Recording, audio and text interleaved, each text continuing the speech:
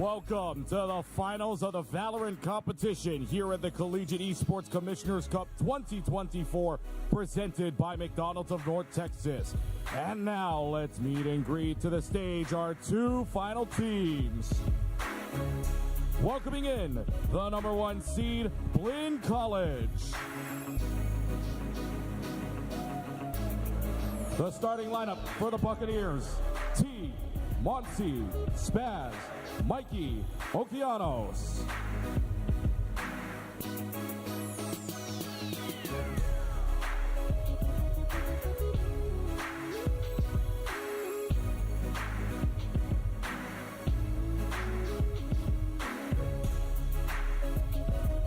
And their opponents, the number 5 seed, St. Clair College. The lineup for the Saints: Q, Giza, Instinct, Smiley, Seth, Zillow.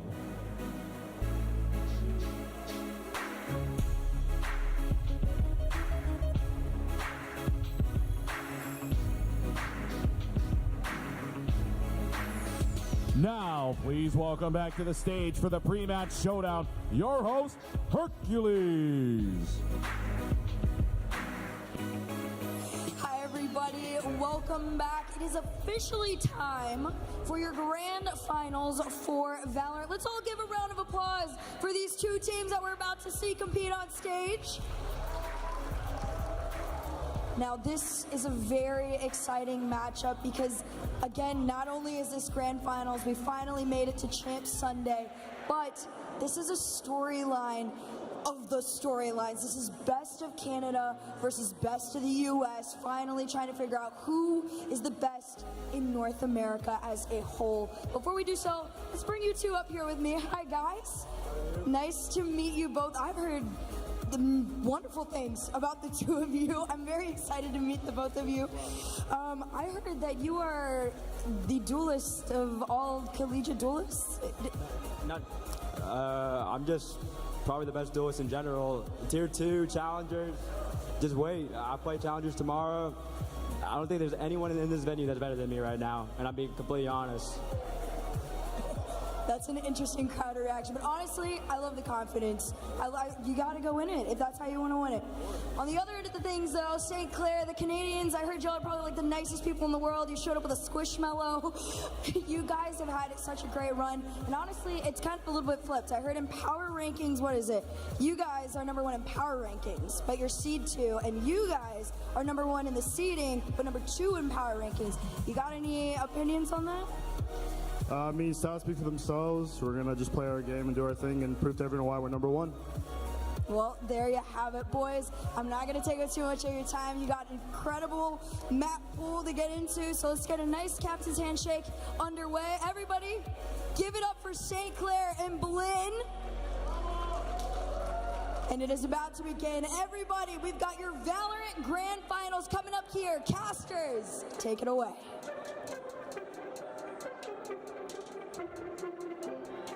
Thank you so much for that, Hercules. It is fantastic to be here on the CECC Grand Finals for Valorant. A lot on the line here. 2 of the best teams, not only in the United States of America, but in North America. St. Clair College going up against Blinn College.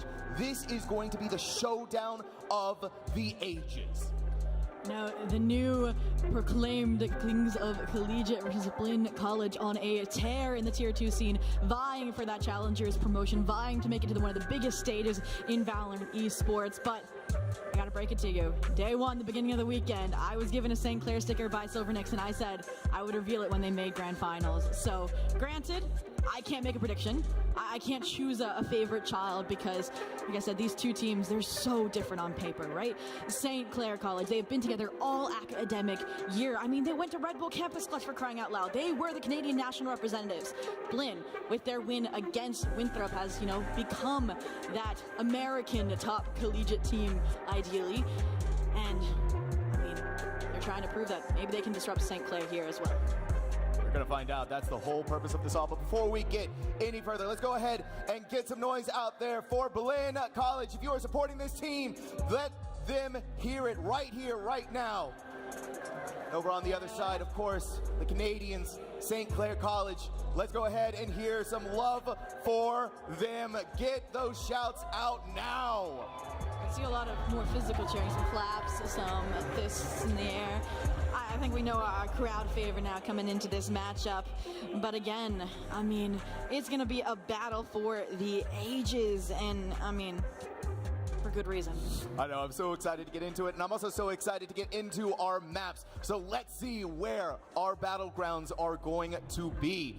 And it is none other than starting us off on Sunset, the choice of St. Clair, going into Split, and if we need to, and if, I mean, today has proven to us anything from Super Smash Brothers and Rocket League, map number 3, the Collegiate Special, the map of the Century, Ascent. You know, already said they might not see Ascent, but it's going to be that grand concluder if we make it all the way to the best of 3. Now, I want to talk more about these map picks and bans, because the bans to me made perfect sense. SCC, insta-ban Breeze. Lotus?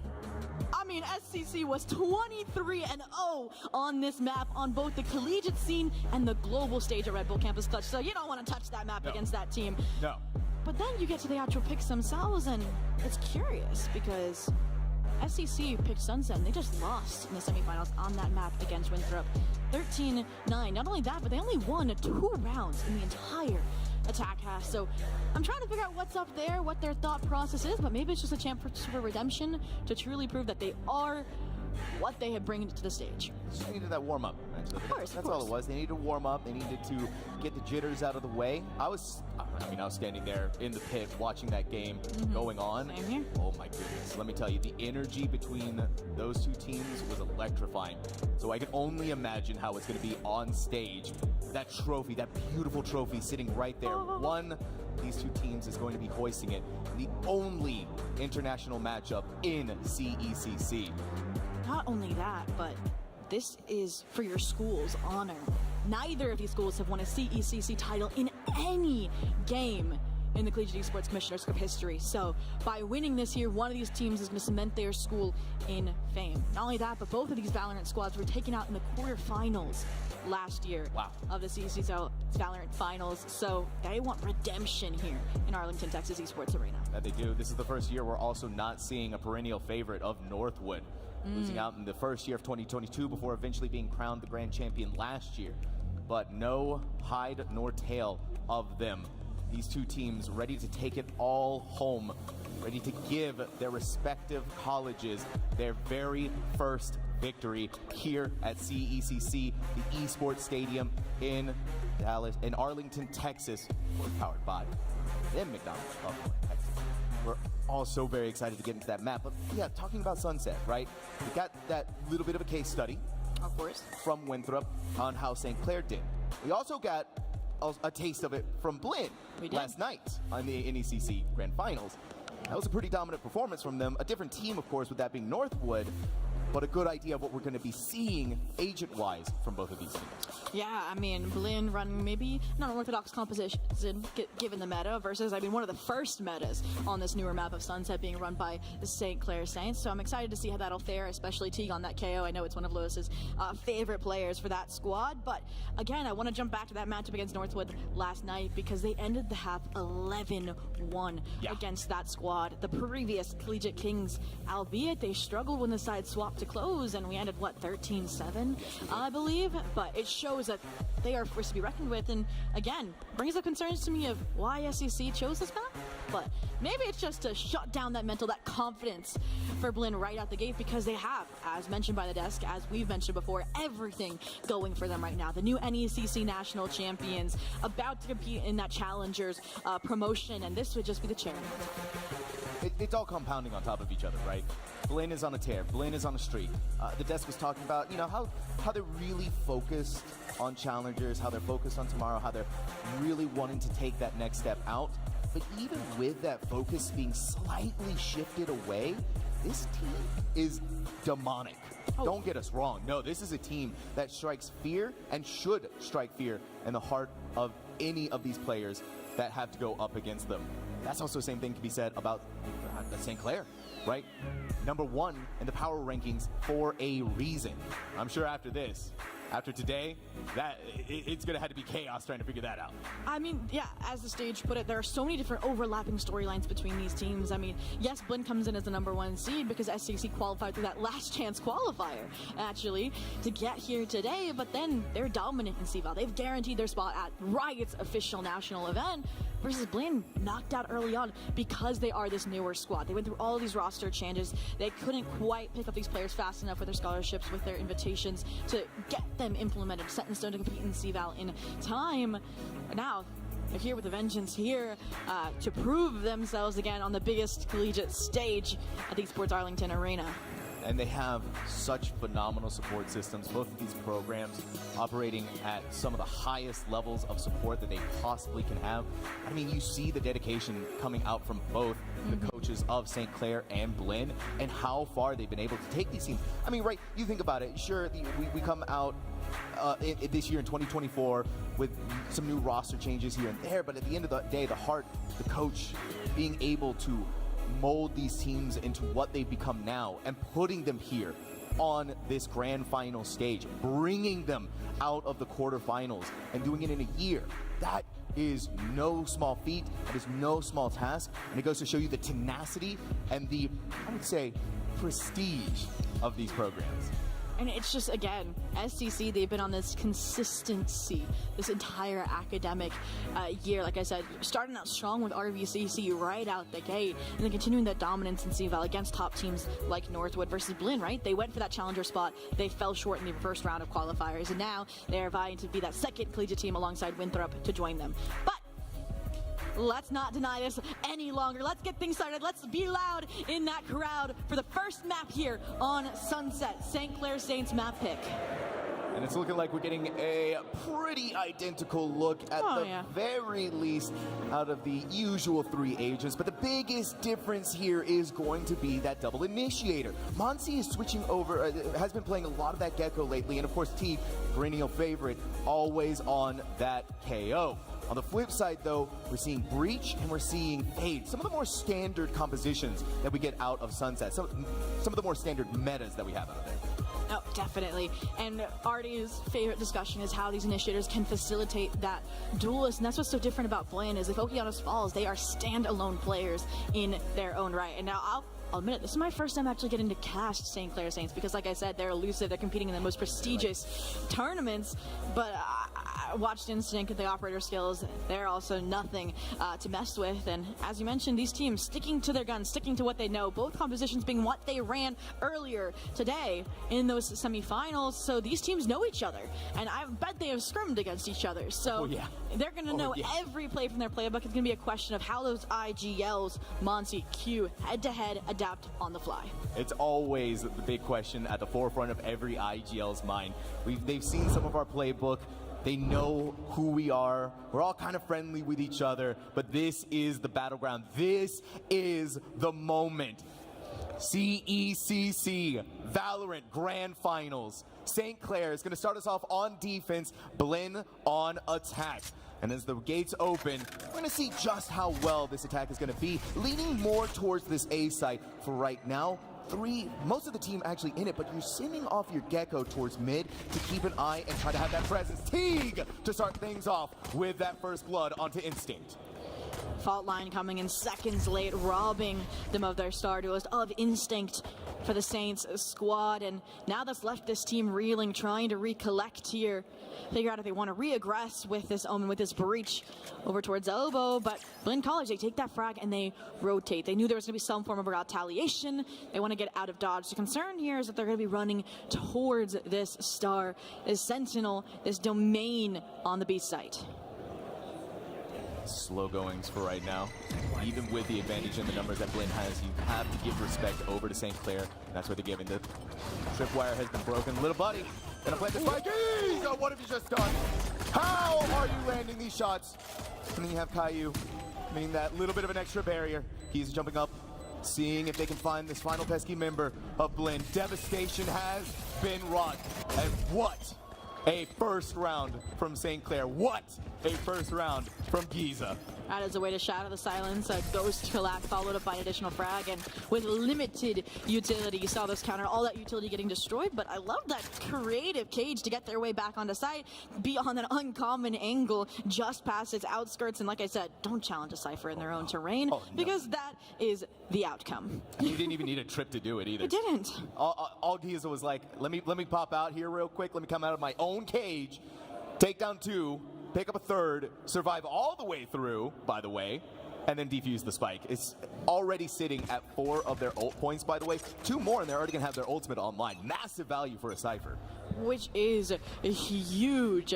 I mean, you have that one info initiator, but if they fall, then you have to rely on some of those key ultimates. For now, though, that standard stock buy coming up, you know, some Stingers, some Bulldogs, all in the name of getting the second round on the board. The goal is to be as flawless as possible so you have a chance of converting that 3rd or more, but a very creative approach from Blinn College. You're trying to flip the map, trying to aggress, but look at this pinch play off of Paranoia from SECC. Brilliant blind. It's going to keep them out of focus for just the moment. Smiley swings back around, has another flash to give, and the reinforcements are here. Any move that Blinn is trying to make inside of mid is proving it to be their downfall time and time again. Now it's a 5v2, but this isn't really unexpected for St. Clair going into their bye round. Oh, and just Blinn looking to do some damage, and that Vlad will serve it up on a silver platter. So no flawless bonus here for SCC, but around nonetheless, a nice grasp of the game plan for Blinn College going into that eco, and they shut it down. Now we're going to get the buy up from Blinn College. Weapons in hand to deny the bonus round of St. Clair. Oh, Seth. Ooh. Seth, what are you doing, buddy? What are you doing? That's You're giving me this is incredibly spicy. I mean, a Phantom to go into their bonus. They're going to try and be that hero. This Omen wants to... Okay. Come on. You ruined it for me there, Seth, but it's okay. Looking towards the future, making sure that they have bank to go into that next round. I mean, they were on the pre-match interview against Okeanos too, where Okeanos proclaimed that they were the MVP in the arena. So that would have been a definite way to try and get on the board. But yeah, look towards the future. This is the best of 3. This is your map pick. You want to obtain it as cleanly as possible, and that might require some diligence, some proactivity, and the first blood stolen away, and they have gotten out like a thief in the night, but Monsi punishes back. And Monsi's there for the follow-through. Took a little bit of time to get there. Overstaying your welcome for a little bit too long inside of that mid, thinking maybe you could get another one, but no. And now for Blinn, evening things out, it's just not going to be good enough, though, information-wise, for them to be doing anything else. The team has splintered off 2-2, looking for those sites, looking for those right moments. You see the 0-point knife. I don't believe the Cypher was caught inside of it, and I don't think they were. And if they were, it's because they've been found out that A is not where they want to go. They don't want to play into Cypher. Yeah, my concern here is that Spaz was that first blood, so you don't have smokes to initiate this B site execute. I was going to say, that's why the Cypher, that's why Mike is rotating back over, because those cages are going to be essential. But look at this, that early indication from that productivity of the breach means that SCC can swarm back to this site. The only disruptors, Okeanos, Mikey, holding on, punishing any of that overzealousness to deny the spike plant, and that will maintain a Blinn College numbers advantage. 4v2 now. Smiley, how much smiles do you have for us, my friend? Spike is still taking some of that sweet time to get planted. Brilliant headshot, but he needs to go into even more. And just like that, the numbers are 2-2. A very diligent moment from both of these teams, but it's Seth only with that stinger to be so difficult. Finally, another opportunity struck like lightning. One more to go, the final piece of this puzzle, and Seth isn't going to be left out. Seth is going to put their name on the leaderboard. St. Clair dominating in their bonus. They didn't need the Phantom. The Stinger's all they needed to shut down Okeanos for Blinn College and get that 3-0 closeout. And of course, it's going to be smiles on stage. This is the team that said that we were going to come in and dominate before our challenges run on Monday. Like, this is just a stepping stone for us. But I gotta highlight Smiley there. They recognize that this might be a split, a default. They identify that they're rotating back towards B when SCC was actually on a max rotation to A miscomm. And then they collect that hero rifle off the frag. They get back to fragging on site, and cherry on top, they're the flex player for this squad. Look at this. I'm scared. You see what Instinct's running with right now. I said it in the pre-show. That's gonna definitely be something to contend with, because it's not a common weapon on this map, I feel like. It's not a common weapon either, and for Blinn, there's no weaponry on their side. It's Sheriffs and a couple of Stingers. And once that operator shot comes out, you better hold on to the edge of your seats, because you might just be thrown off of it. But the big crux of this, though, is that Instinct is all the way on B. Instead, Blinn tries to read into this, wants to take their chances on A site and encroach upon there. You said they don't have the weapons, but they do have some ultimates to work with. Monty has coached with this Thrash before.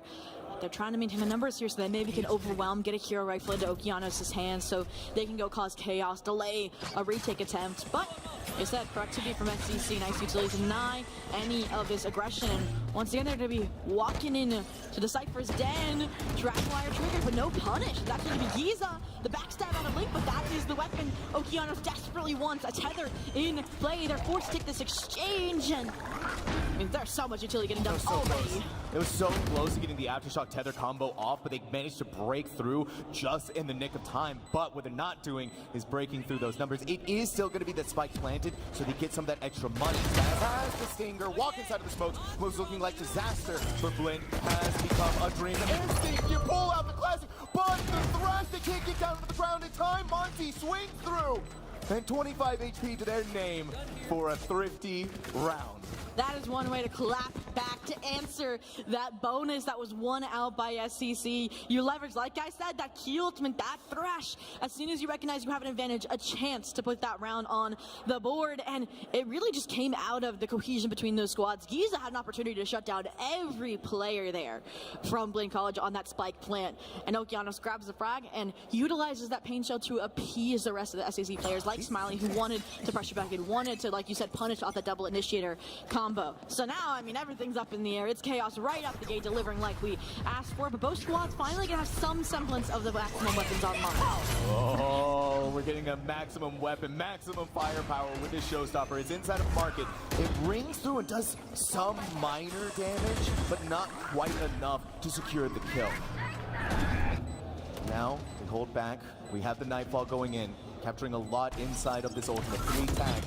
You can see the Lions leading right over towards them. A pick for pick trade, but Mikey is going to be the one to give the advantage over towards Blinn until Steph is in there. Now down goes the neural theft. Locations have been revealed. They've been spotted. They know where they need to fight. But Spaz knows that they have this in the bag. Blinn, one more round before we tie up Sunset.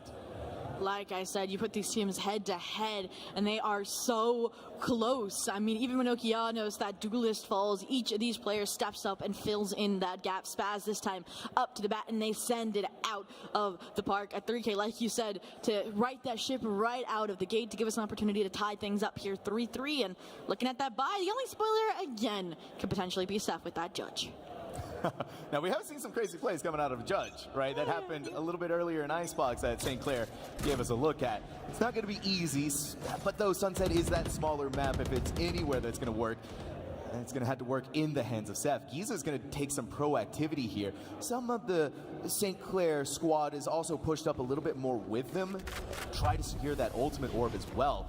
But it's Blinn College, full 5-man squad that are slowly gaining ground on A. And Instinct, the only player here, does have the showstopper online. So my thought process was they were going to try and use that showstopper as a scare tactic to push these players back into that 3-stack over towards B main. But the question is, can they hold on long enough? The majority of these players are coming out of elbow, so they're not going to have really any indication of which avenue to which choke point to take advantage of, but they've chosen correctly. Oh my god, it doesn't get much better than that. Now they get a showstopper, no way. They're stuck inside the gym, but no one falls. They have the abilities to get a shiny new weapon. That showstopper not hitting buddy is insanity to me. But now the real insanity is going to happen. They are swarming onto the side off of the back from that rolling thunder. Instinct, it all comes down to instinct. Big brain, big plays, good aim. St. Clair holding on. I mean, Blinn College using ultimate to get around on the board, to get a thrifty on the board, and of course, SEC is going to do the same exact thing, albeit it was a showstopper and a rolling thunder, but like I said, you get a hero rifle in your duelist's hands, the rest of you can just support that and capitalize off of that rolling thunder, and you kind of saw that attempt of the 2 Blinn College members to push into CTA to evade that kind of retake strategy, but there's a reason why this team is so dominant, why it is their map pick. That was also Instinct being kind of quiet throughout the start of this map. And then they come in through a phenomenal way to pull through for St. Clair in that thrifty. It was just the layers upon layers. And going back to Nerdy Bird's point about these initiators setting up their duelists, it doesn't get much better Yeah. than that. But now St. Clair is furthering their lead. It is 4-2. Blinn is going to make some headways inside of mid, looking to gain control through there. We haven't seen this from them in quite some time, not since the second round of this map. Whether they actually go through far enough into mid, it seems like it. A fight breaks out inside of Market that Giza is going to pick up the one. Spaz has an immediate trade. Now you're looking over towards Boba. The smoke is going to protect that stairway from Caillou. How much more can it protect them? They're landing shots like that. Give me a break, St. Clair. Okay, calm down, Caillou, please. You asked for a break. They're not even going to give them a breather. Yes, Spike goes down, you know, courtesy of Wingman, but that's just plant money at the end of the day. 4 players surviving for St. Clair. Like you said, second round we saw that mid play. They didn't push this time in the top mid. They didn't get overwhelmed by the SEC players, but they sure got overwhelmed by that quick rotation and that quick flood back in. They are just the masters of understanding where Blinn College is hitting before maybe even they are convinced of it. And then obviously, I mean, Caillou, insane frags. I cannot hit those shots from backside Boba. Listen, I need to talk to Caillou, get that crosshair and get that sensitivity. It was all one taps too, right? It was all headshots. Except for the first one. The first one was a body shot because they were low enough, and then Caillou said, hold on. I can actually show off here. And then they showed off in a massive way. They didn't need any utility. They didn't need anything really except for the will of their own. Blinn College is massively on the back foot. It continues to slip further and further away, giving us right off the rip using Thrash. Gonna dodge through some of these tripwires and really wants to gain this market control. Not seeing anything, so Alpianos has it on the knowledge in their big brain. This duel is even blinded. Was able to land that headshot. An inherent understanding and a reminder of why they call themselves the best duelists in this arena. And of course, T, the one with the out of Vandal here in the closest possible angle. An overwhelming amount of utility gonna flush them out here. Monty leading the second round to potentially pull this round back from the grave. Add some additional input of a paranoia. They are playing down the clock as deep as possible. Every ounce of utility being used towards that effort. They're split up. That just gives more angles to clear, more players to deal with. And Monty, IGL in a 1v2 and a Stinger that time. Nerfed won't be able to get the round under par. I like what Blinn wanted to do there. They wanted to go fast. They wanted to overwhelm whoever was on site. What does St. Clair do? What do you do on Sunset when you get hit that hard? You just back away. This is the retake map for a reason. You save your utility. And it looked like things were going really well when Okeanos had that early initial pick. But again, it comes down to the utility. They get the aftershock on the site. They try to flush out the KO, who has no choice but to, well, be blasted down. And then at that point, you keep layering that utility, you keep going through that, and you're dealing the damage, and you're landing your shots, and St. Clair is proving to us why they are deserving of this stage. And again, we go back to what we saw from the NECC match from Blinn. Usually you have Monty, somebody alongside them to fight that paranoia, to fight those players, and this time it just was not there. What is here? Instinct. The operator being reprised, and a similar result. A first blood on the Okeanos. The start was shut down for Blinn College, and once again, you're back to square one if you are the Buccaneers, trying to figure out which C to set sail for. And right now, looks like a lean towards A. Maybe the initiator, maybe Monty gonna try and feign a presence towards mid, towards B, but you need as much power as you can get to get into this site where, again, the Cypher trips are in the right place, round after round. Prowler goes through. Mikey's going to take care of that, but he has to know something's coming towards them. Try and slow them down using that tether, but they've been caught out by the knife. It doesn't matter though. Not if Caillou is landing 6 shots like that. Seth and Caillou, the way that they have defended this site is nothing short of perfection. Spaz left to wonder, what do I do here right now? You lose this round, you lose a guaranteed advantage before the sides to swap, but a 1v4, you're pinged out. These players are going to converge on you and lock in that lead. 7-2, a blowout so far favoring the Saints, but I wouldn't count them out just yet. Like I said, only 2 rounds won on the attack half by SCC, and I think Okeanos, yeah, you need a breather, definitely. You're not getting online like you were hoping to, like you're expecting to, evident from the pre-show interview, but what what do you think they are trying to remedy? Because it feels like they've definitely been innovating, trying different things round after round. And that's the whole crux of the issue, right? Is that they have been experimenting. They have been looking towards different looks. But whether it's been fast, whether it's been slow, whether it's been fast and slow sometimes in the same round, it just has not been working out. St. Clair has the read on this team so perfectly, it feels like almost every single time, and that's being reflected in this scoreline of 7-2. And so the discussions that need to be happening right now is what's happening with some of these duels that are going on? What's going on with the utility that we're not getting the maximum value out of, right? Because we're using this KO, we're using this Gecko, these initiators aren't quite, I think, gathering the right amount of information as to where St. Clair is. And so that creates issues when you're trying to go towards some of that backside pressure that you're not getting. And I mean, I already knew that Blinn had a complicated history on this map. When it first came out, they tried eagerly getting into it. They weren't finding success, but then suddenly, once Okeanos figured out how to navigate this map, the rest of the team fell into place alongside them.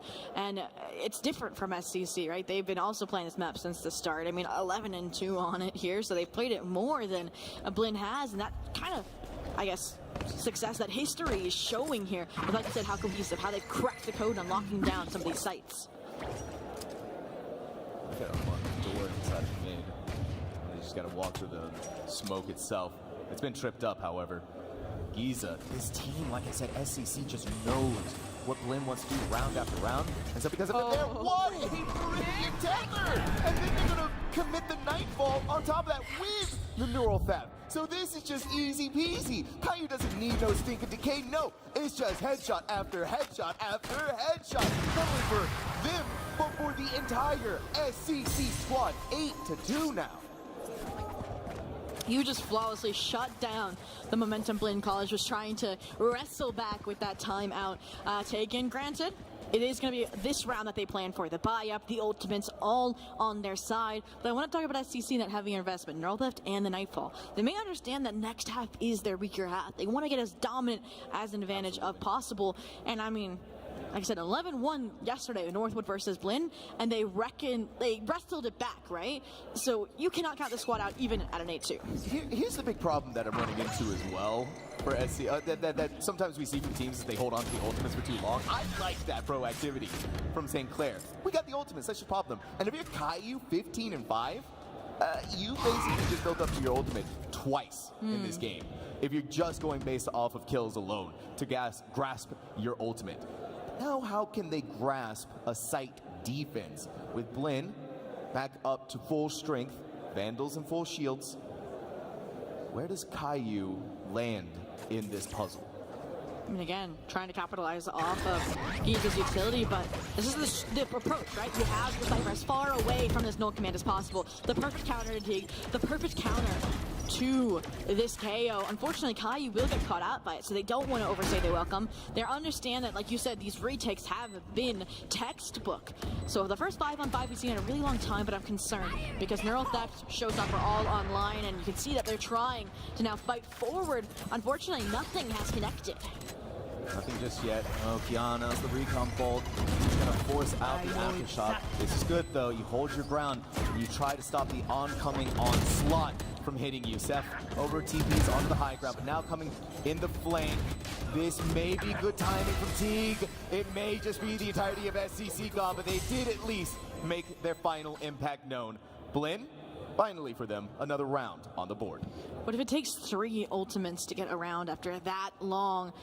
You know you've got to switch something up. Granted, I've seen the half swap be such a momentum shift for squads, but I think they really are going to want this 4th round instead of that 9-3, just to give them that extra cushion, that caution, so they can learn how, you know, SCC is going to approach that attack half, especially since they were rattled earlier by that 13 loss against Winthrop. They might change the standard, might change the homework that Blinn had researched. It's like the teacher changing the questions on the test after you studied for it. Oh, I always hated that when it happened in college. It's probably a good thing here, though, that these teams are in college. They're obviously very talented at what they do. Very talented. The great game of Valorant. That instinct or pickup is going to use a flashbang, maybe try and catch him out. Paranoid there. Catch KO off guard. How does it happen like that sometimes? It's so quick, so magnanimous. Seth, Well, they're just gonna get they're gonna get out of there. Smiley wanting to fill in the gap that was left behind by Instinct, but you're already seeing what St. Clair is doing. They give up the ground of this elbow. Monsi's gonna peek forward. Double peek. Okeanos trying their best. They get the one, but you just gotta convert more than that. It's just not happening. I mean, just the fluidity of these rotations. Every player in a position to punish for SCC, and Mikey might be the receiving end of it, but no, they clap back Giza, and the next up to bat decides that they're not going to follow suit. I mean, there's 30 seconds left. You still don't have Spike collected. A 1v2, a huge clutch to get that 8-4 half on Blinn's side. They just have to take every step one at a time, cautiously. It's step by step at this point now if you're Mikey. Your Spike game's been taken out the high-low. Beautiful brilliance. St. Clair domination on this first half. 9-3. But there's curse. We said this is the most, I guess, scripted, the best storyline thus far in CECC. At least that's what the desk, I believe it was Los, said between the Nationals fight. But a 9-3 curse, that would be only fitting. God, Zoe, I can't imagine a 9-3 curse. In fact, it makes me a little hungry thinking about that. And I know both of these teams are hungry to get that grand finals win. And if you're hungry out there, well, good news. We got the great McDonald's out here of North Texas sponsoring this incredible, amazing event. So we just want to let everyone know that CECC 2024 is presented by McDonald's of North Texas, the official quick service restaurant of the CECC. Download the McDonald's app to get $0 delivery fees on any purchase of $15 or more. I actually used that yesterday, and it was awesome. Amazing. Well, Blinn College need more than $15 because they need this pistol if they want those funds to get, rounds online. You need that second round buy and probably more of a follow-up than that. But they're the ones actually hungry to take these frags, and because of that, Steph's going to punish, going to claim a first blood, this time on to Monsi. But there's a lot of players still here for Blinn. This dynamic duo is set by the desk of Teague and Okeanos side by side. They're going to shut down 4 players of SCC. And even if they dent that, you have a lurk mid Cypher lurk is from Giza. being held on for so long. Giza may just have the appropriate timing on it as well. It was a good blind from Seth, but it was too close to Teague, thus the near sight. The rest of St. Clair, though, is indomitable in how they take these fights. The trades are instantaneous, and that's also what's happening with St. Clair. The way that they play together as a team has just been giving them so much value over and over again. Yeah, that round looked like Blinn College maybe missed their timing or got lost in the sauce tracking where the SCC players were. And because there were so many in elbow, they were able to counter those players towards Link. It's not over yet, though. Spaz 1v2. We've seen Hero. Insane. I think it was the 3K on Bind that robbed them of this round. Look at these two. Look, that's disgusting. One on top of the stairs, one down below crouching. And that's what I'm talking about with St. Clair. Look at how efficient they are as a team. It's never just one person making a swing, right? If there's 2 of them, there's always 2 of them together and Giza by themselves as a Cypher, which is what you want. So seeing how this is playing out, I'm starting to get a better picture of this St. Clair Sunset domination. And it's so unfortunate because, like I mentioned before, Spaz has wrestled back pistols like that before. We saw it on Bind for crying out loud. A 3K to put it away. That would have also been a 3K. But now SCC sitting on double digits. They get that buy up and so confident that, yes, maybe. We didn't see Steph with the last half. We see 2 players now with those rifles in hand. They know they lost only won 2 rounds against Winthrop. They're ensuring that they win those 2 right here, right now. Okay, I'm all for it. And then on the flip side, you have 2 players winning Ghosts. So this is the confidence levels that you're going into with your buy round. And I mean, it's hard not to be. You're in the double digits. It's 10-3 in the grand finals against Blinn. And you've been showing up in force every single time. Small find out here by the Cypher cam. A little bit of a nerf that just came in as well, by the way. You can now hear yourself being caught in 4K. This is St. Clair giving respect to Blinn. Even with how far in the lead that they are, no chances are being taken. There's still due diligence in clearing these angles and clearing these corners. IU with the spike planted. St. Clair backing all off of the site. No one left there.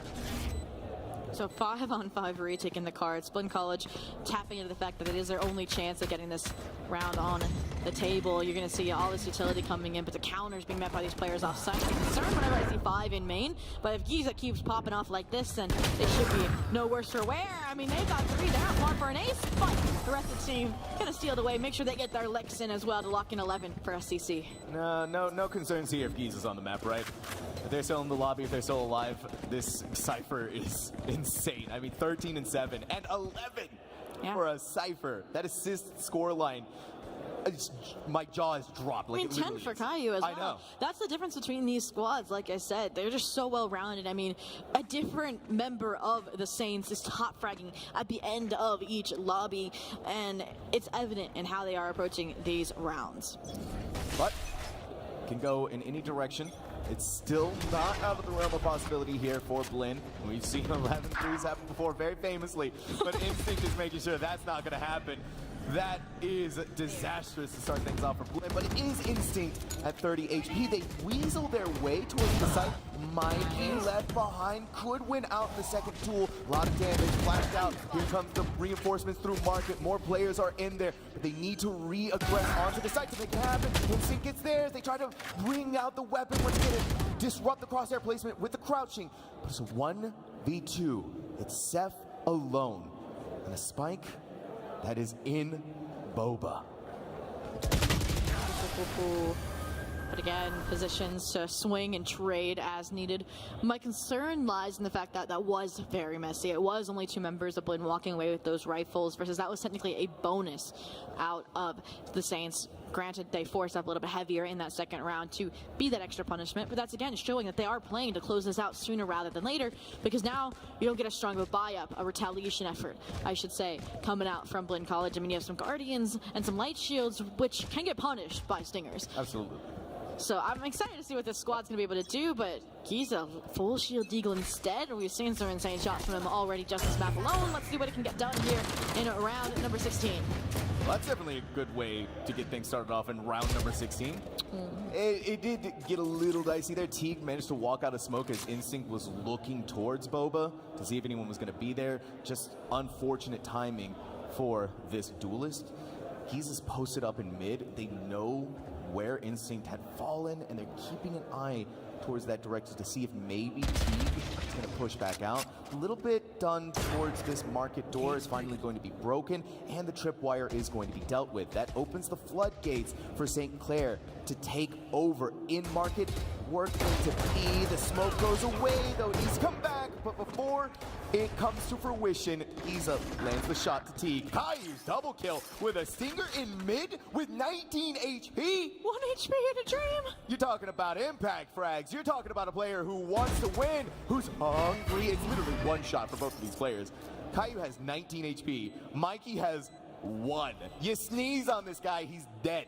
And because of that, I think they've called the save. I mean, after this round, you're not going to have the best economy going forward, and it's going to be map point for St. Clair College after this dominant thrifty that they put up with the Singer squad. And I think the issue there was that you did see Teague and Mikey trying to play off of each other's trade, but that dark cover coming in at a clutch.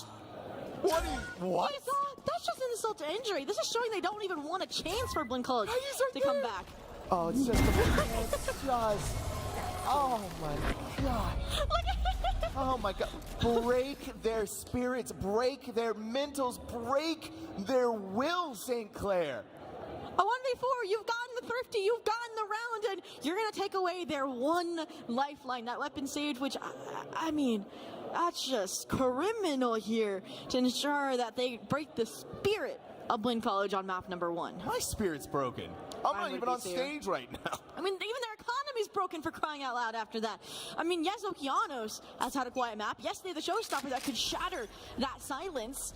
But again, it's just that would be such a big gamble. And look at this masterful fake. The Nightfall drawing all the members for Blinn College minus Monty, who's about to get a rude awakening from Instinct and friends. Saint get the showstopper online, and they are bringing that here aggressively towards the A side. Little blind, satchel up in the air. Spaz to be blown to pieces, but as Instinct lands inside of the Teague Molly, they are going to suffer. Teague's little Phantom that they had to buy up for, it's actually putting in the work right now. Teague is giving us that lesson once again.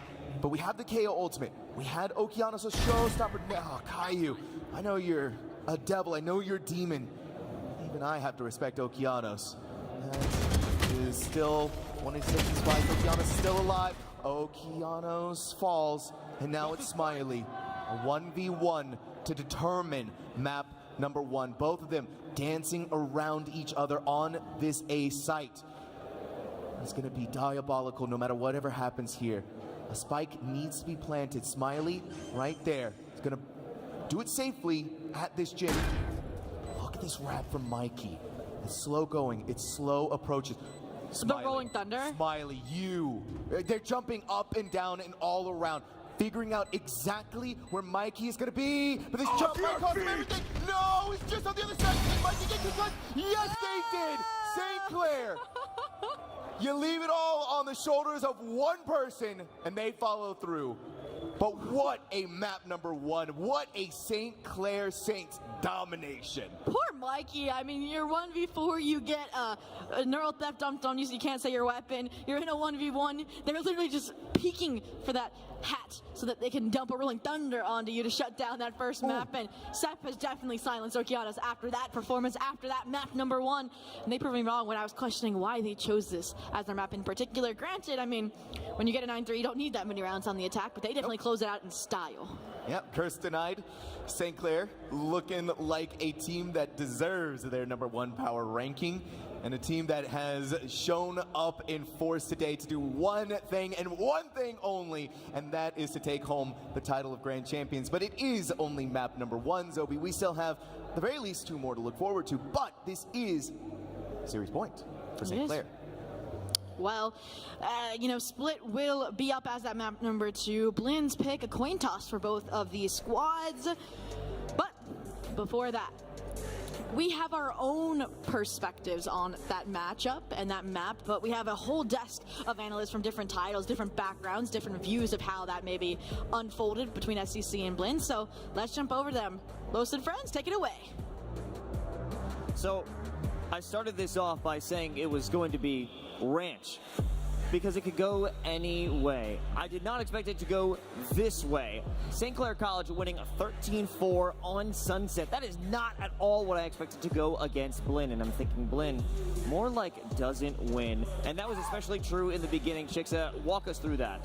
Yeah, Caillou and Giza are going absolutely insane. The multi-kills have just been stacking up round after round. It got off to a great start. They got the early lead, they got the momentum, they got the economic advantage, and since then you can't stop the boulder. It's just rolling at you, and it's getting larger and larger. And what else can you do? Because St. Clair, they're on a roll. They're able to hold sites so easily. They're making just the correct moves time and time again, and you could tell the mental is absolutely in their favor.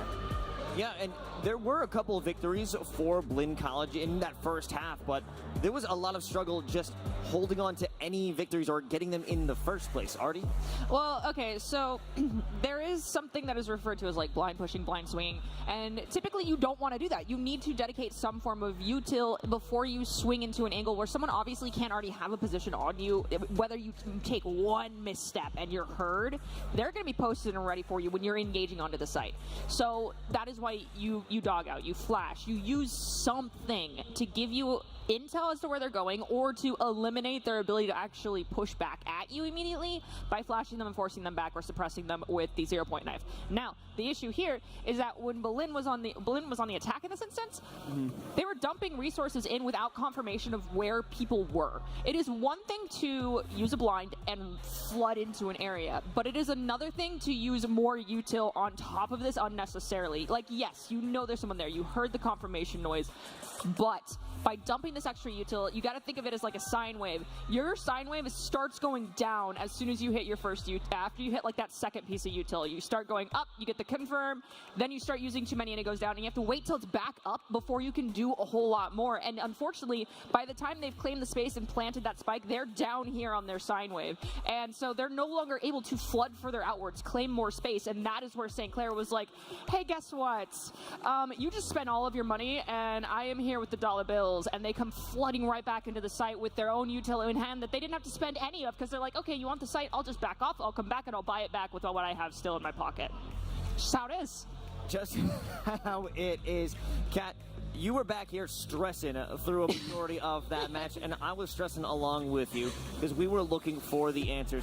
What exactly was stopping Blinn from finding those answers for St. Clair's holds? I think St. Clair just really do their research. Last night, we see an 11-1 attacking half for this side of Blinn against Northwood and ECC. That's on Sunset as well. They look very confident, just consistently able to catch players in traps. That's why Teague was so impactful in that series, but there is no one to catch. And they do a good job of using Cypher utility and using rechargeable fade utility to consistently work their way up a long. They have so much information early, and they don't have to commit bodies to it either. So Artie, you mentioned the fact that there's offensive util getting dumped, but there is no real defensive util commitment. So they have so much utility to then go take retake, which they do so consistently. They have 6 retake opportunities. They win 5 of them. That's an incredible ratio from this team who had a lot of success, a 75% in semifinals as well. And Chicks, you brought that up before we jumped into the actual matchup. So ridiculous stuff for them. I'm not really surprised to see the Blinn defense not do too hot. It really had some struggles in finals last night as well.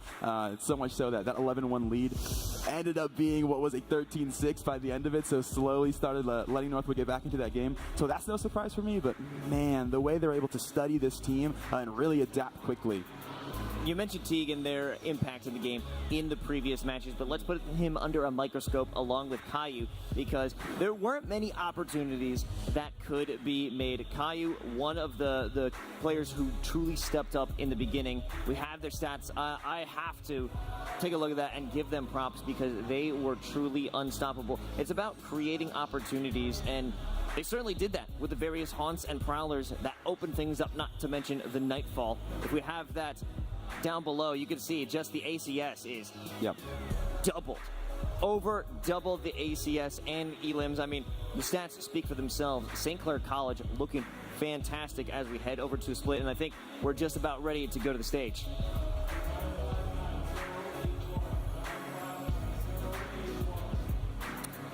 Actually, we're just about ready for something else. The CECC 2024 is presented by McDonald's of North Texas, the official quick service restaurant of the CECC. Download the McDonald's app to get a $0 delivery fee on any purchase of $15 or more.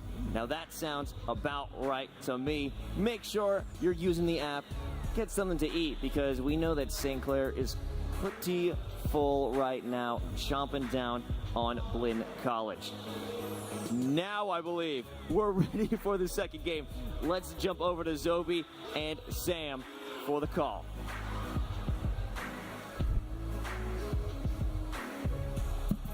By McDonald's of North Texas, and brought to you in part by U.S. Army, Smoothie King, Zip Chair, CVB.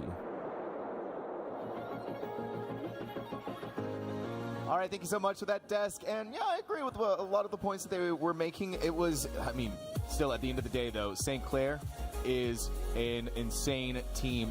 And because of this win here at the CECC Valorant Grand Finals, that puts them 1 map away from victory. And so for Blinn, it is all or nothing on our next map of Split. But before we go any further, I need to issue an apology out there to the initiator god themselves, Caillou, because, I mean, just seeing the way that they were playing today, they deserve all of the props in the world. To be called by name. They deserve to be called the right name. Well, I mean, map number 2, I will say both of these squads lost their map 1 in the semifinals, so they take that time to warm back up. I mean, yes, this is Blinn's second time on the main stage since they got to for NECC Grand Finals, but St. College taking the spotlight, you know, starting to bask in it.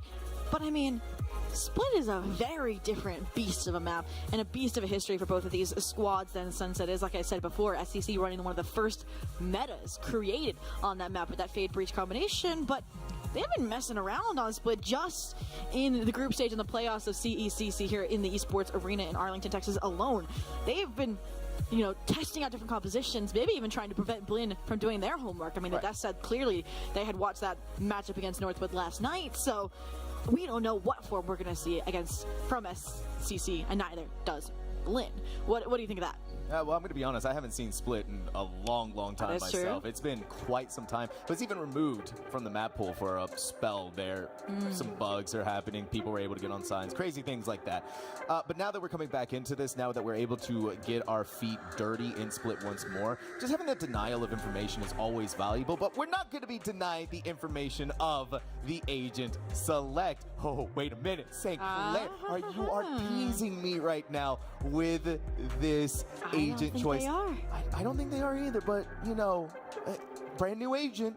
That was the surprise I wasn't going to let out of the bag until we saw it on the big screen, that they went from an Astra, Reyna, Raze, Breach Cypher, maybe a meme composition in the group stage, to then this new potential look, likely a repercussion of that Viper nerf that has come out. We've seen it before, that Monsi, that Blinn like to hold on to it here. But what do you think that'll change about the approach that Caillou and friends take here on Split? I'm holding my breath still. They're going to lock, right? I'm telling you right now, Sam, they're going to lock it in. I'm Don't worry. My breath. I'm so excited. They're going to lock it in. But obviously that changes a lot of things, right? When you talk about the differences between Clove and Viper, Viper has been hit with a lot of those nerfs. Big talking point going into this weekend. One snake bite now. There you go. Oh my gosh. Don't worry. Brand new agent of Valorant. Woo! On the big stage. On the big stage. We've gotten teases of it. We've seen it before, but now it's here at the grand finals. None other than St. Clair, ready to show them off and their capabilities. But going back to the discussion point of the differences between these two agents, right? You're looking to fill in those gaps that the Omen isn't going to do initially, right? Your smokes recharge just that little bit quicker, but your smokes also fall that much faster. The big thing, though, about Clove is that when they fall, they can still place down the smokes, right? Yeah. On top of that, they have the pick-me-up. You do a little tap and you're going at Mach 7 against your opponents. You also overheal yourself. And then you have a decay orb that you throw out, ruins the days of many people. And so I would be imagining that from St. Clair, we're going to be looking for that aggressive plays. That's what you want from Clove. You want to be they're kind of that pseudo-duelist role. Yeah, and while Caillou definitely put up the numbers on Sunset to deal with and navigate this new agent and that aggression that they're going to bring to this defensive half, I need to point out two things. Number one, Blinn College. They've gone up against the Clove before. They just did on Sunset, Darkest from Northwood, so they know how to navigate this agent and what they bring to the table. The other thing is, they also chose the map that they lost in the semifinals as their map number 2. They lost at 11-13 to Fisher White, so they're looking for retribution in, like you said, one of the most dire times when they're down 1-0 in the grand final of the CECC. Wait a minute. Oh, Monsi, you lucky little fella, you. How much more can you expect here? Blinded, needing to use the flashbang just to be able to cover the escape, but Giza's not letting anyone escape. Again, this player is going to start off the pistol round, getting 2 frags right off of the bat. It doesn't feel like it's going to be stopping any more from there. Tiga, the paint shells land perfectly on top of them. 45 health lost. They're going to top off Giza with the Sky heal. Looking towards the heavens above. Sky in this corner, but they weren't able to get the shots off. They are going to get rid of them. Down they go. Down they fall. St. Clair, pistol number 1. Again, theirs. Flawless record so far, by the way. I was shocked over on Sunset by how lucky, or how intuitive, I should say, Giza was, always being in the right place at the right time, and this pistol is no exception there. 3 kills on the board again, and now they are 3 for 3 on the pistols in this series alone against Blinn College. And like we said before, map 1 was supposed to be a spirit breaker, and I'm hoping that we're at least going to see a showing at a Blinn College and that they aren't just going to succumb to the pressure. But again, I mean, full deagles, that's one way to get the job done. Lean into some of those star players, that star aim, that mechanical advantage you think you have as a tier 2 contender. And we'll see if they can maybe get a Thrifty thrown back in the face of SCC here in round 2. We need something. Blinn not starting off on the right foot, but there's still a lot of steps that need to be taken on Split. 3A, 2 mid. Ramping up on ramps, unfortunately. Not again. Fortunately, no stars happening. No stars aligning for Blinn. All the stars aligning for Giza. Double headshot. It's going to send them out. Instinct maybe blind. They're still firing for the Sky. There we go. That's the impact we were waiting for. Monsi is going to be that star, blinding out the lights and clearing through heaven. But you're still looking over towards the other side of Giza's 3K, who already has a neural theft. Saw it come online early on Sunset. They waited for a rainy day. Here, though, it's suspended immediately. Like we said, Monty and that Diego scary enough that they want to figure out what the game plan is. Unfortunately, all they were doing with that A-side lead was recovering the spike. The goal here still B-side. Heaven position maintained by Monty. They're going to hand off that weapon to somebody with a little bit more HP to work with. But the concern here, Seth has the gun advantage, has the distance. I guess they don't have the gun advantage here. But, I mean, they have the positional kind of surprise element. That's Judge. Oh. Not going to get anything. And look, that Caillou even has their pick-me-up ready to go. Not choosing to use it. Could have swung out of there like crazy. But who needs to swing when they just keep coming to you? St. Clair, second round in a row. This is, though, the make or break in my mind. They had that dominant run on map 1 out of that bonus. And I'm hoping that we get to see, I want to say some standard Valorant here, right? I want to see Blinn, come back, win the standard buy-up now that they have the rifles in hand, and cleanly at that. Because we did see before, oh no, I was going to say a normal buy from SEC that they leveraged into that third round, but now a double judge? This is anything but. Oh no, I agree. Instinct. Oh my goodness. I saw the idea there. They're going to lead with the paint shells and just camp up in heaven with Smiley. So Smiley's going to be that initial point of contact that Instinct is going to swing with, but instead, Caillou wants to be that initial point of contact. If they can do it on Sunset, Toby, as Fade, they can do it on Split as Clove. And I mean, at first blood, a huge blow against Blinn College. You've lost that info in his shader. You aren't going to be able to confirm where these players are, if you should even execute into that site. And you can already see that hesitation now, the fall off, instead of taking these fights, because you don't know that there's a double judge lying on the other side of Mail, because you don't have that Trailblazer. And because of that, again, hesitancy, it's going to have to be a contact-based gamble here. Nokianos is going to take the leap of faith through. Oh, Caillou has to be ready. Okay. Wasn't quite ready enough for Mikey, but Giza's still there. And Giza's been working some miracles. And don't forget, even though Caillou is gone, they can still play smokes to support their team. Like that. That's exactly what we're seeing from them. So you're filling in that niche. Omen gets to save their smokes when the now deceased Clove, the now deceased Caillou, has theirs expiring away. Don't forget, they also recharge it. Smiley, you sneaky little devil. Smiley, just the timing off the back of that. Dancing around each other. Smiley was so close, but it's on the other side of it. Spaz is right there, and as it dissipates away, another one is going to come up. But even with that extra smoke, it's not going to cover their reproach once more. Spaz is on the other side, still holding on to this angle, as Okianos is on the high ground of the play.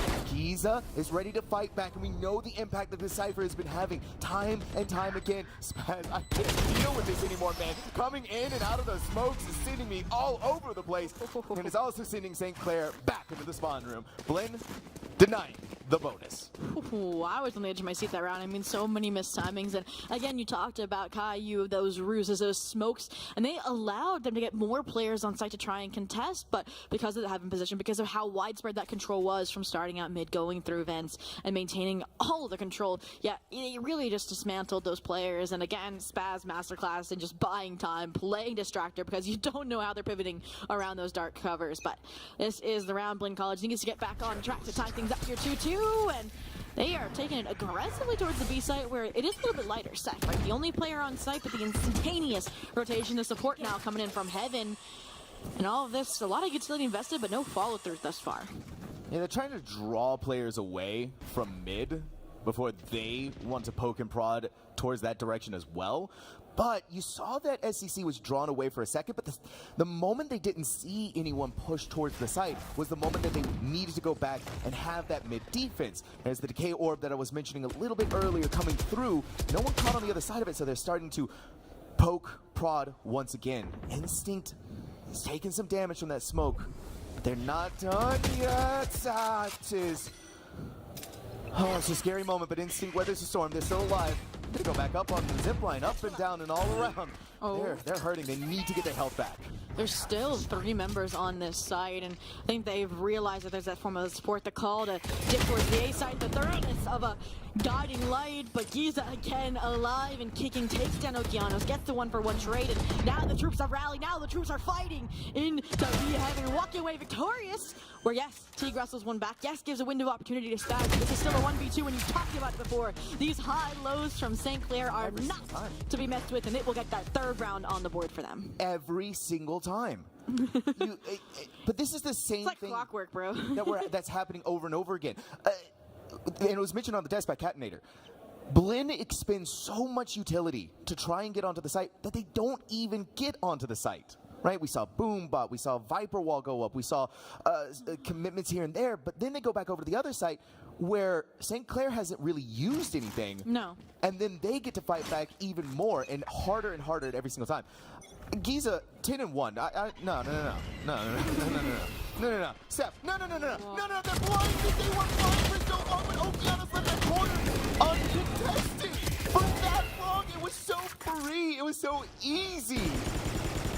And now, I mean, Mikey, even that lurk play round after round. This round, you're at least with your team on the day side execute, but now you've just witnessed a massacre and forced into a 1v3 to fight for Blinn College to not lose ground on their map pick. But, I mean, there's so many players here, crossfires and all. Even if you just try and cross over here, 2 players holding that high-low in heaven on A side, of course.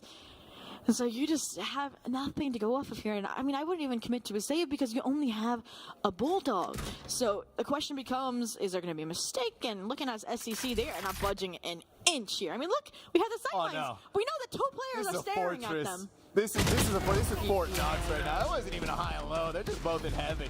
It forces the crosshair to look up, and Mikey just had no chance to do anything there. Blinn, it's rocky. It's shaky right now for this team.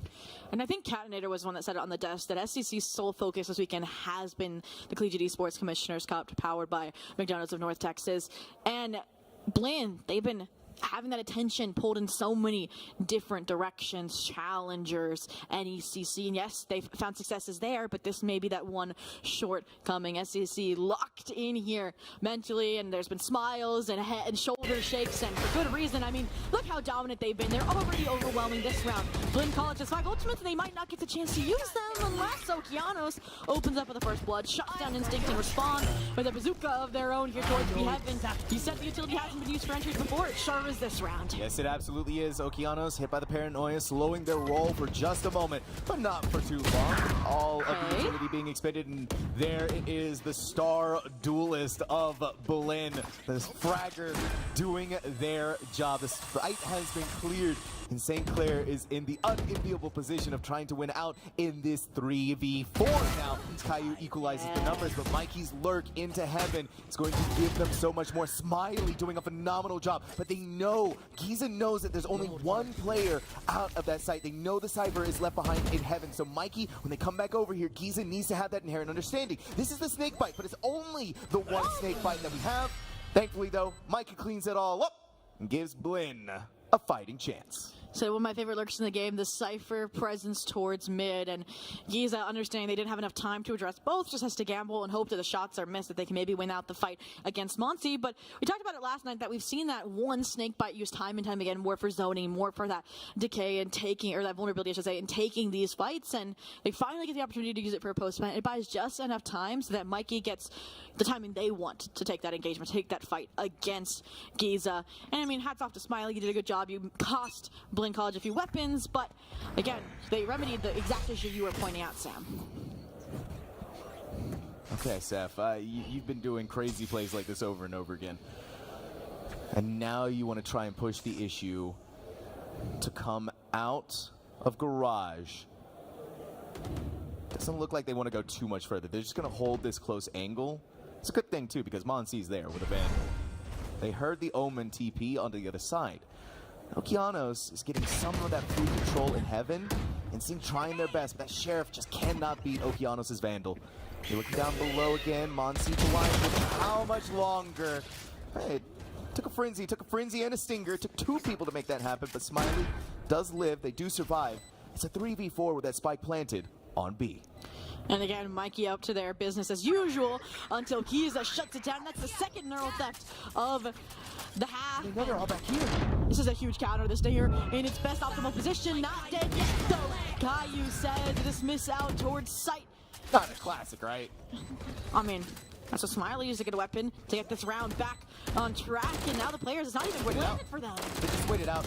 As long as Caillou does not get that frag there, they fall. But it takes Okeanos to come back in and swing through. Smiley's shot not hitting quite the same. They're dancing around. Okeanos wins out the shorty, gets the 4K, and now it's a 1-round differential between these two teams. And Okeanos finally showed up, means we have a match on our hands, folks. I mean, that was a 4K. They literally entry onto the site, they prod into CT, they even cancel out some of that aggression that was coming from B main, forcing, Smiley to divert that timing, so they couldn't really play alongside Caillou. Granted, some nice ultimates like that neural theft, like that not dead yet, utilized by SEC to try and disrupt those plays, but at the end of the day, gotta defuse the spike, and that timing played to a T by Okeanos to put us 1 round separating these two squads. Monty hit with the flash from the sky, and so now they at least know a little bit of where Blinn is wanting to make their final attack, or at least their initial attack, rather. Teague is going to hold this mid-corner tucked away, and CD Blument's going to be crazy enough from St. Clair that they have been in the past couple of rounds to push through that smoke that was left behind by Caillou. Flash over to the other side. Paranoia is going to blind, but they tried to go for the fight, but they managed to get out of garage just at the right moment. This swarm through mid is going to be a fake. They flash into heaven, but instead it's going to be pivoting towards A. You're taking all the zip lines to get up there and maybe able to overwhelm Giza, who hasn't been bought in quite some time. They did get their impact, but they traded out immediately. Caillou's down on the ground. Pick me up, get their health back, get the speed boost. Okeanos was already there with a shorty. Fights back. Blinn College. You're hearing all the footsteps. Spaz just right there at the right moment. Instinct did not have their weapon out, unawares that they'd already had that heaven control just like that. But it's the rifle versus the guard. Wait, Seth? Wait, Seth? No way. No way. It wasn't for them. No way. They could have held on to that. I think they had enough time, honestly, to have done that there if they held the smoke for as long as they did. Finally, it dissipates away. Seth is going to hold the defuse. On the other side, in that corner, they need to beat Spaz. It was so close in that 1v1, but Spaz, a hurricane of their own with that 3K. And now it is a tied map, 4-4. I mean, uncertain whether or not it was halved or not. You got to take that fight sooner rather than later, and SFX sends it just long enough so that they cannot get that defuse underway. And I mean, that round was finally, I feel like a glimmer of hope for Blinn College, just because they were able to shut down Giza. They were able to ensure that none of these players got more than just their one. They were traded out. They took control of that site. Maybe a little bit of a lapse since 2 players were more off-site when it wasn't planted for them, but they still get there in time. SEC economy reset, but their spirits are not. Giza, 1 weapon, and that's all they need to start fragging. And I mean, all these players are about to walk into their site yet again. Yeah, and they're hearing all of the footsteps all around them. Giza! Oh my goodness! It just takes one player. St. Clair, put respect on the name Giza, Blinn.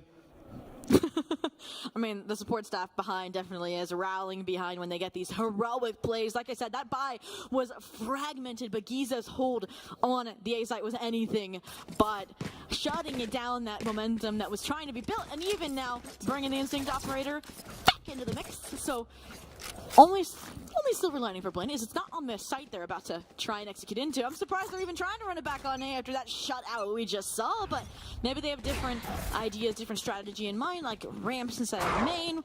Maybe the Trailblazer as well to confirm where these trap wires are, but again, no smoke screens. Why aren't there smoke screens? I gotta admire the determination to keep finding these Giza. They're doing it again, Sophie! They're doing it again! They've already gotten 2 frags!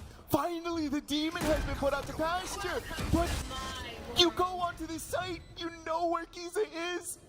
You want to try and face off against them, but this Viper's pick could change everything. It's allowing them to be proactive, allowing them to push into CT, which is where 2 of the players are coming from. So as long as you win these duels sooner rather than later, you can try and impede the pressure from heaven, but with a 1-for-1 trade, it's starting to tip the scales in SEC's favor. Monsty's position identified and taken care of. Caillou gonna get the defuse here or hand it off to Smiley.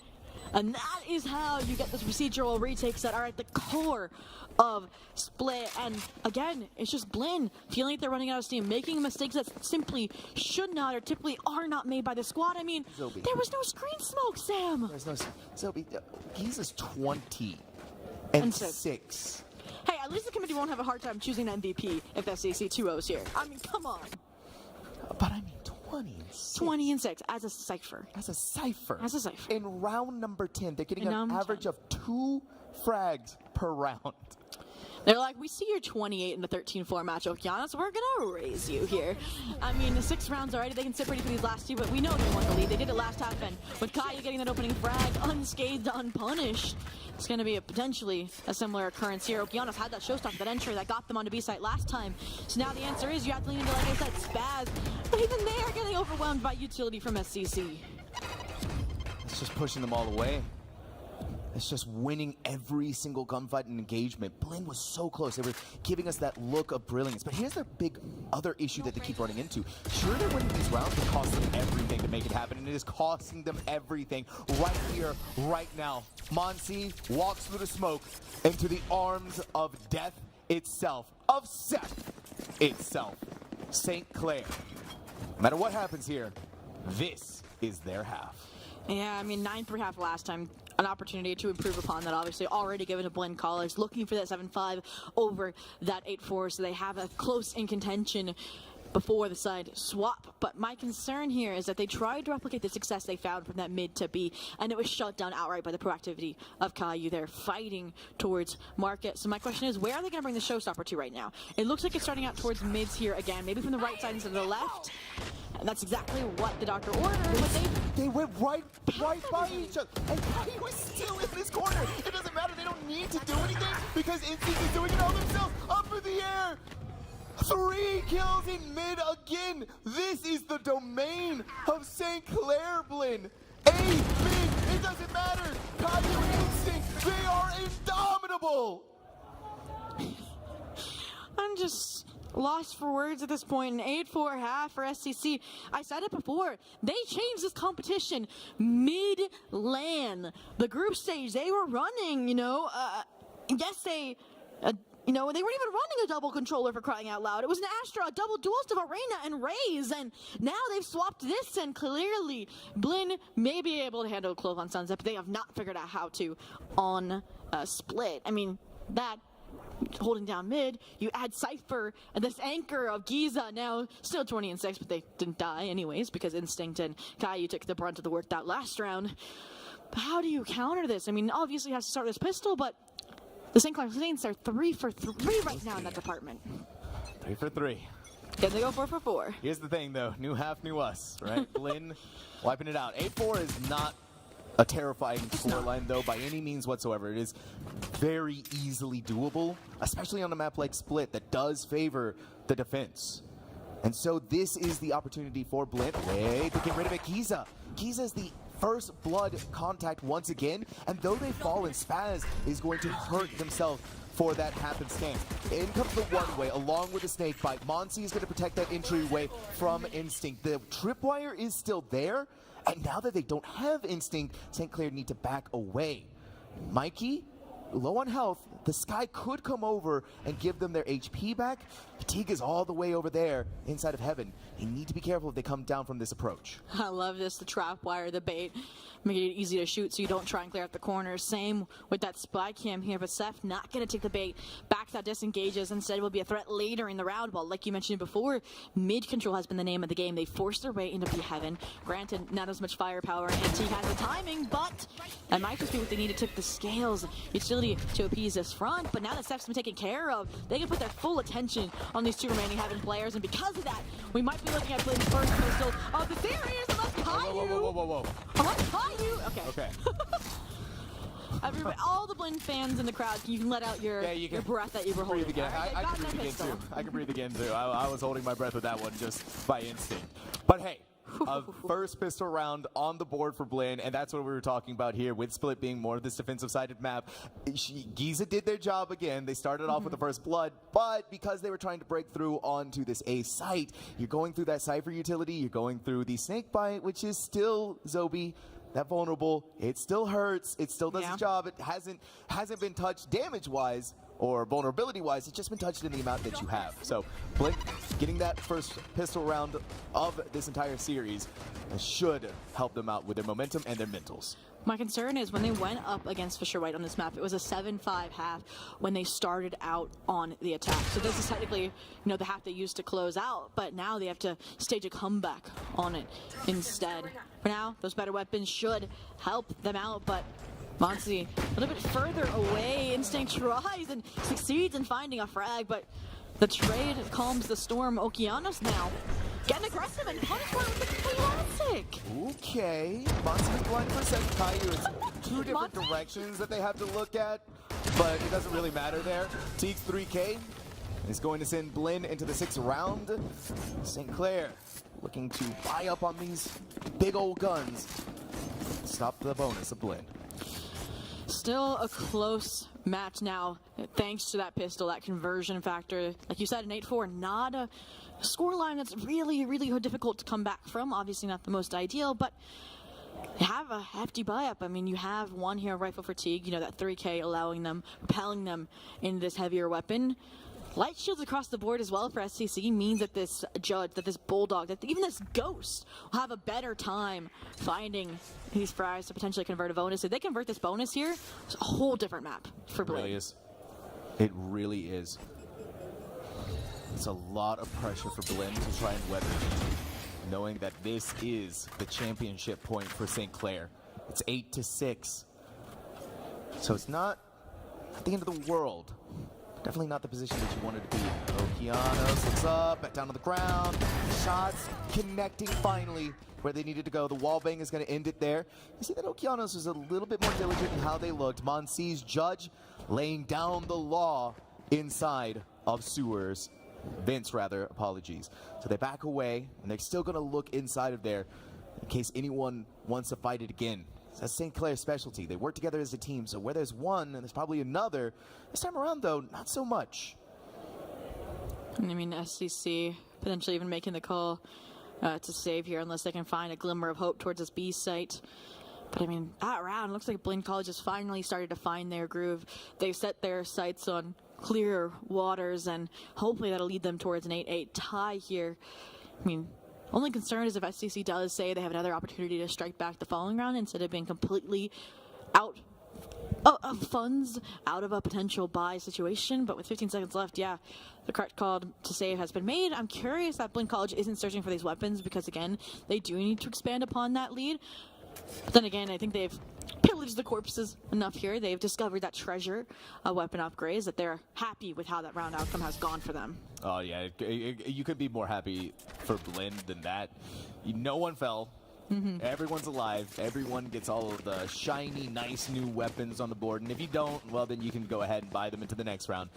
This is what we were saying. This is the discussion point leading into that round that if Blinn can convert, it will be game-changing, and now it is, because look at St. Clair. Look at what they have to buy. We're even seeing some 4-subs out of the Vandal and the Phantom from Giza and Smiley, because if they don't win this round, all of a sudden, Split, like that, is tied.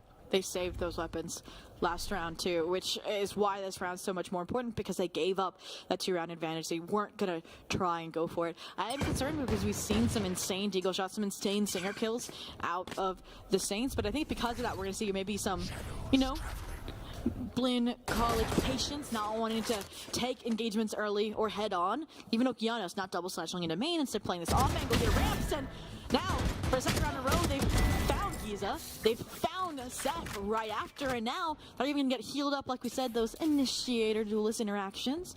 And that's the Okeanos we wanted to see. That's the start to these rounds we needed to see. And that trapwire, that Cypher is going to give them all the information they need to pinpoint where SCC is right now. Yeah, Instinct walked through it, but there was no Cypher there to blow them up. There's no Blinn player there to send them packing away.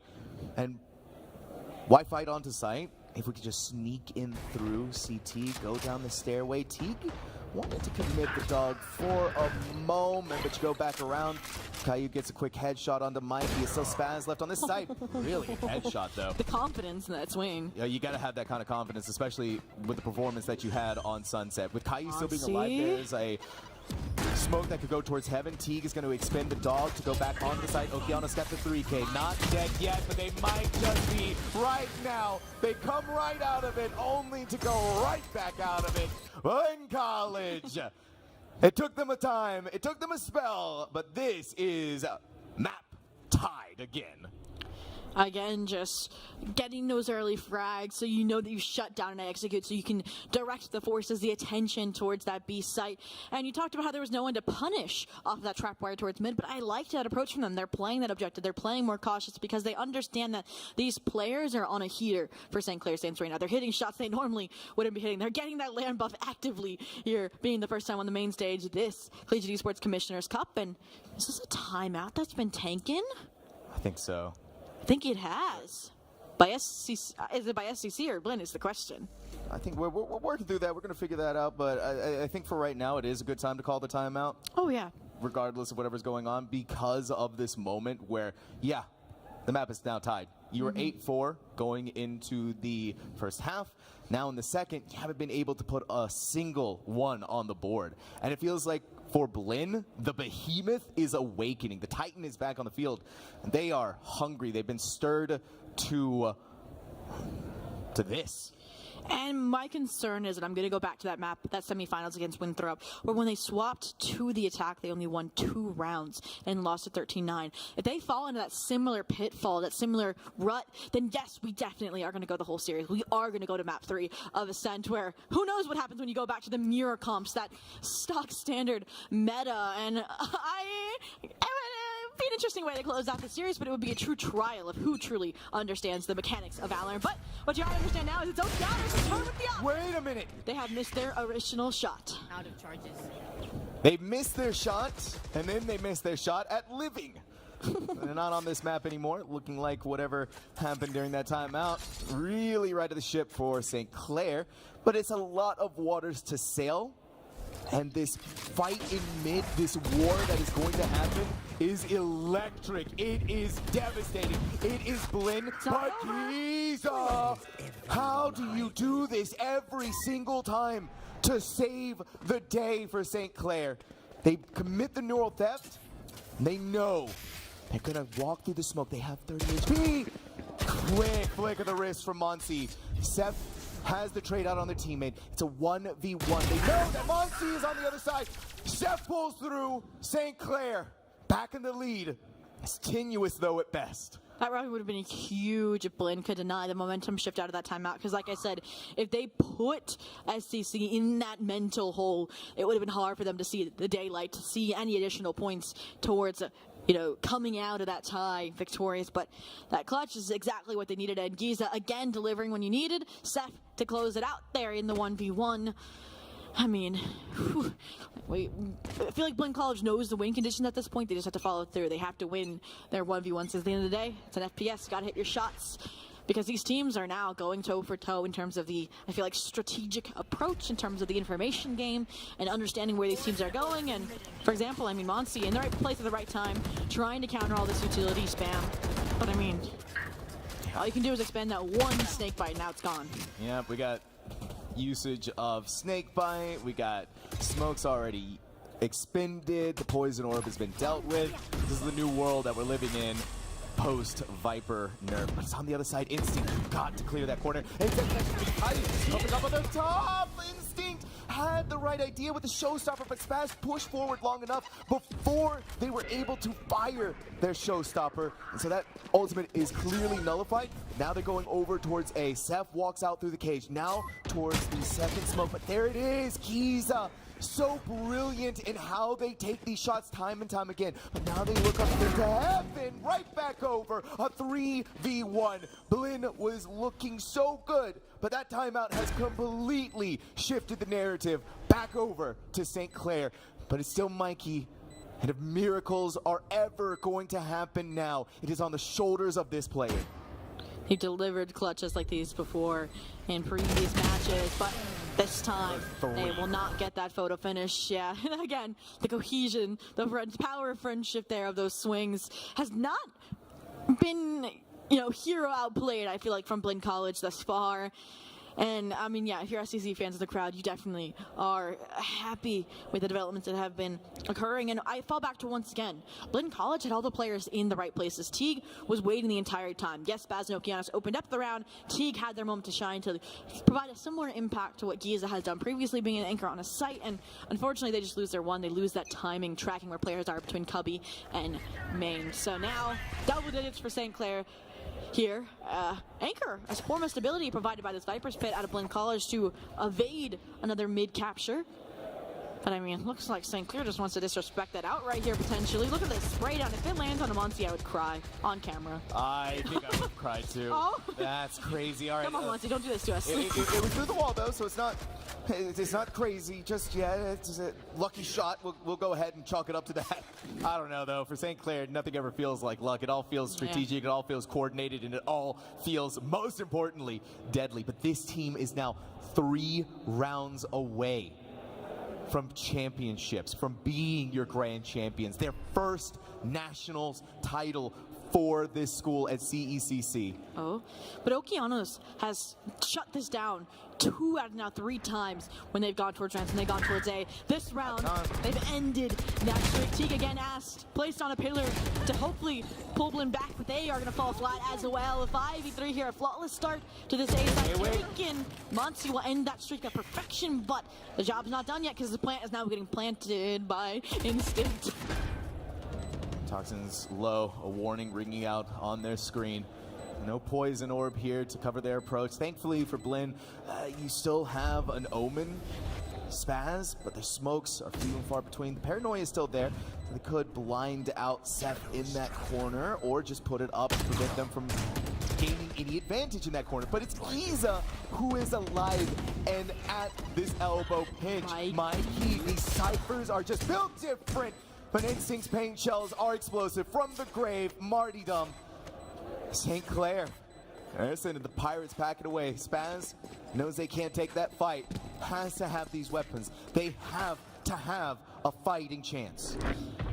I just feel like there was some ounce of hesitancy there, whether it was from Giza and the additional utility of the spy cam, of the trap wires that kept Spaz there in screens, but they wheeled down that clock trying to find the perfect play, and it seemed the answer was just to take the dive, take those fights like Mikey did it. They walked away with 2, but then, like I said, Spaz wasn't there to support them, so what did they do? They got traded out. I think that's what this timeout is for, to rethink some of those micro interactions that are occurring, because these 2vx situations just are not going in their favor. They just need a resync, a reset for that mentality, and this could be their one way to do so. We got a lot of excited people out there in the crowd, so if you are a Blinn fan, let them hear it right now, because they need your support. They need you right now. It is the precipice for this team. St. Clair so close, almost done with the map split, almost done. They could be our next grand champions in the next 2 rounds, Obi. So on the flip side, if you're St. Clair fans, let's hear some noise, because like I said, they are only 2 rounds away. 2 more to go. And I mean, why wouldn't you be happy? I mean, this isn't even your map pick and you are showing dominance, but we did see the timeout change the script, flip it back to St. Clair's favor. So this is Blinn College's opportunity to do the same. Albeit we'll have to see what the economy situation looks like, because last time, it wasn't that threat to necessarily put them back in contention on Sunset with that follow-up rifle round with those ultimates that they had stockpiled. Here, you could see a similar situation if Mikey gets 2 frags, maybe Okeanos forms a frag and an orb or 2, but for now, they stretch the SCC, anticipating maybe an aggro play, hanging out in spawn, ensuring that they aren't the victim of, for example, Okeanos and Teague pushing forward, this dynamic duo trying to claim space, claim contact-based information. And now SCC has robbed it away, and they're actually going to head towards the lighter site, but that is also where Mikey, again, going to be asked to deliver a similar lockdown of this execute. Yeah, can Mikey pull out a Giza-style performance? Wait a minute. Over there on the other side, I've been hearing a lot of shots from a judge. Caillou not dead yet. Now they are. We said Mikey needed to pull out a Giza. Well, it's not a Giza anymore. It is a Mike E. But now Giza needs to do Giza-like things. I mean, a 1v5. They would have to top their 4K from Briar in this series, and one frag on Antigua will get that escapade started, but I feel like as soon as they take a frag towards CT, there would be a trade, but Mikey's delivers their own 4K as a response. Blinn College again flipping things back in their favor following that timeout, and I mean, we're not gonna have any more timeouts unless we go the distance to overtime, so we'll have to wait and see what exactly SCC has up their sleeve. Those few rounds that they did, 3 in total, will ensure that they can at least get a rifle buy here if they choose to force up. And looking at how things are panning out, they will be. The concern here, like I said, is that we're about to enter that prime time for Blinn College and their ultimate economy. So SCC has to act fast, has to get over that finish line before that, or we could be looking at another tie. We had one at 8-8. What's 11-11? It's 11-11. If any team can do it, it is absolutely going to be Blinn to make that scoreline even and maybe even able to surpass it to bring us to map number 3. But that is in the future, and this is the now. A lot of people in mid, not only just from SEC, but from Blinn too. 3, 4, until eventually Giza lurks up towards this A side. They're kind of going back and forth because they don't want to make that lurk presence toward making them fall, basically. So Smiley's gonna pop out the flash. Dazio on the other side. Instinct walks in like they own the place. Another comes in, another for Instinct. Towards the site, Mikey needs to bring up the cages to make sure that they're gonna be safe. But instead of hiding in heaven, instead of going towards B, it is all on A. Monty, 2 on the ropes, and just like that, they tear them all down. St. Clair, unstoppable. SCC getting the spike planted, and it looks like at this stage, Zobi, Mikey doesn't even want to try because this is now going to be championship point.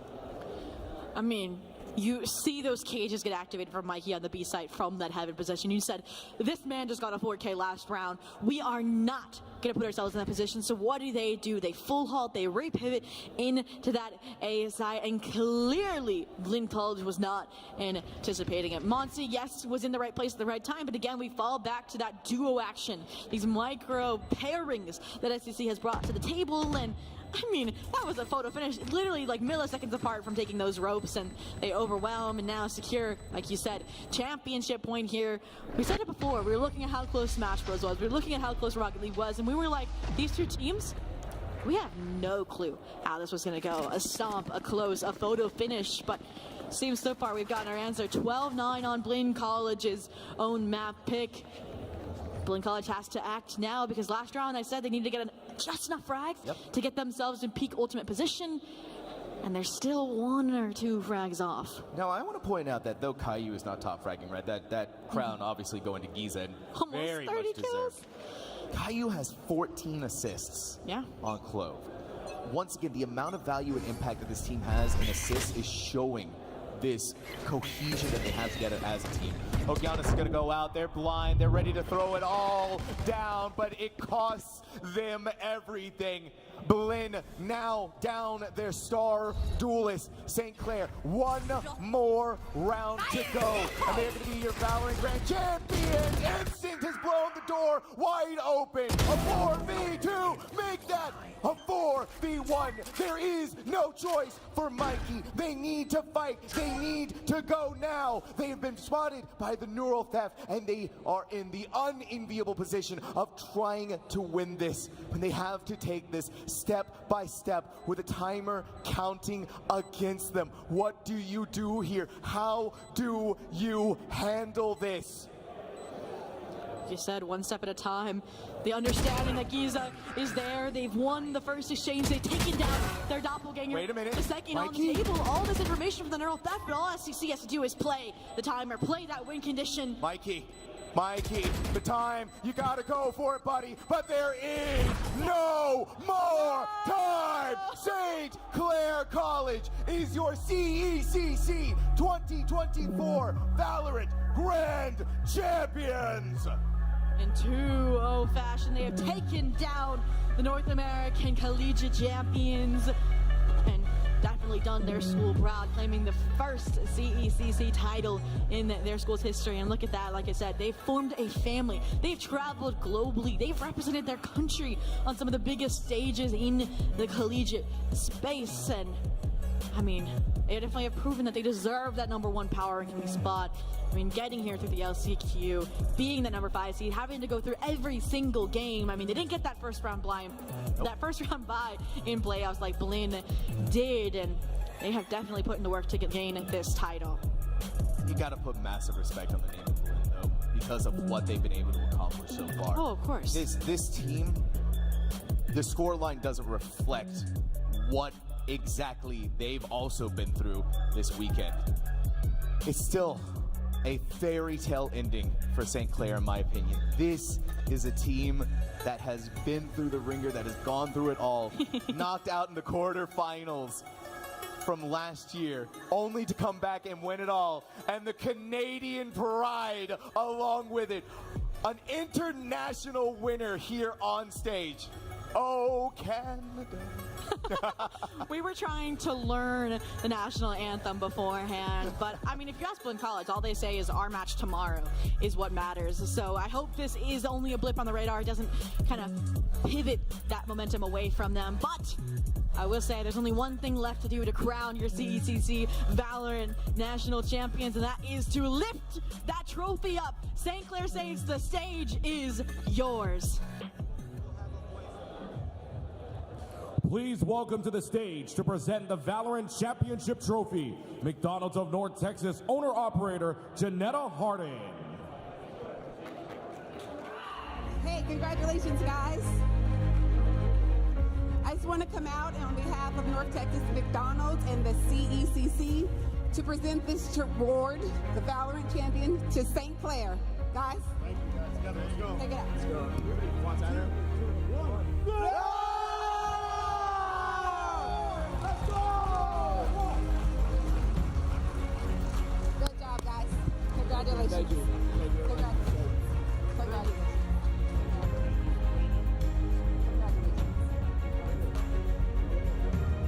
Now, please welcome back to the stage your host, Septalence. Hi, everybody. We're back. Let's make some more noise for St. Clair. A great series and a great team victory. I'll let you guys take a picture real quick. I'll step out of the way for a moment.